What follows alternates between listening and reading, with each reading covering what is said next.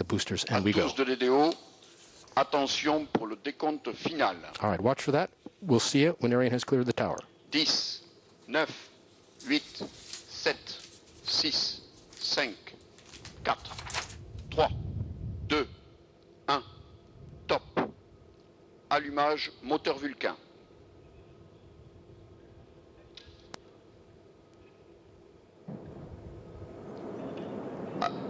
Allumage des EAP et décollage.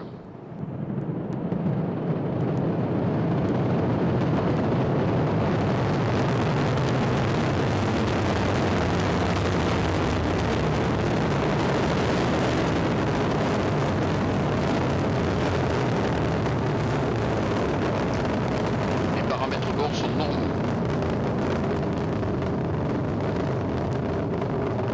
Fin de la manœuvre en roulis. Well, at 17:45 local time and right on time, Ariane began her mission, breaking through the low cloud cover into the clear blue sky above French Guiana here. Always very, very impressive sights.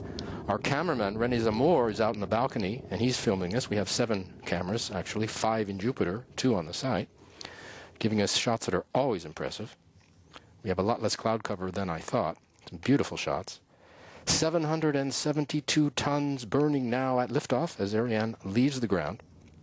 She's burning 5 tons of fuel per second, 2.5 tons in each booster. And the core stage is burning another 300 kilometers of fuel per second. The noise from 14 kilometers away just reaching us here in Jupiter, taking that long, minute and a half to get here. Ariane is now following the program in the onboard computer, which gives all the orders, including the stage separations and all the rest, which you will shortly begin to see. Do you remember the liquid hydrogen that was circulating in the tanks at minus 240 degrees? The DDO is calling out that everything is normal on board.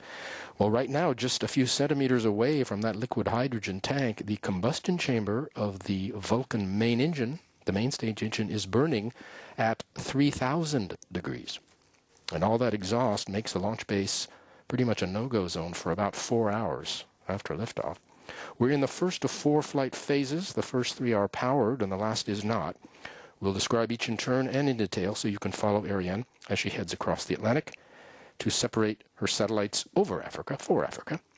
Right now, the first flight phase, the single Vulcan core engine and the 2 boosters are burning, and the boosters have just burned out right on time.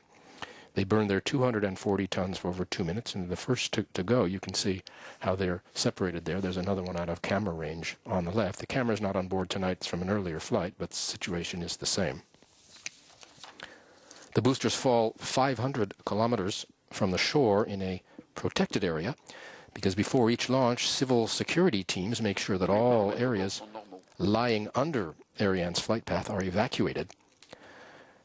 We took off with 772 tons. You will recall our mass now is down to 175 tons. So we have lost 600 tons, mainly fuel, in 2.5 minutes. We are in the second flight phase. The single engine is burning on the main stage. Next up, you'll hear the DDO call out jettison of the fairing. That's in just a few short seconds. And right on time, jettison the fairing.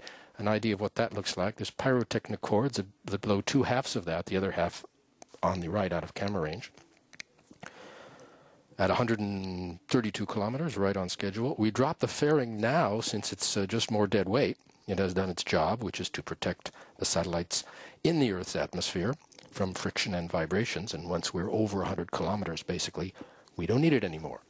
Take a look at the left-hand side of the screen. On the top, you see the cursor climbing up the lines. There are 2 lines there. One is the optimal flight path, and one is the real-time flight path. As long as one is superimposed on the other, we're right where we should be. On the bottom, the 2 bottom lines, kilometers and kilometers per second, you see.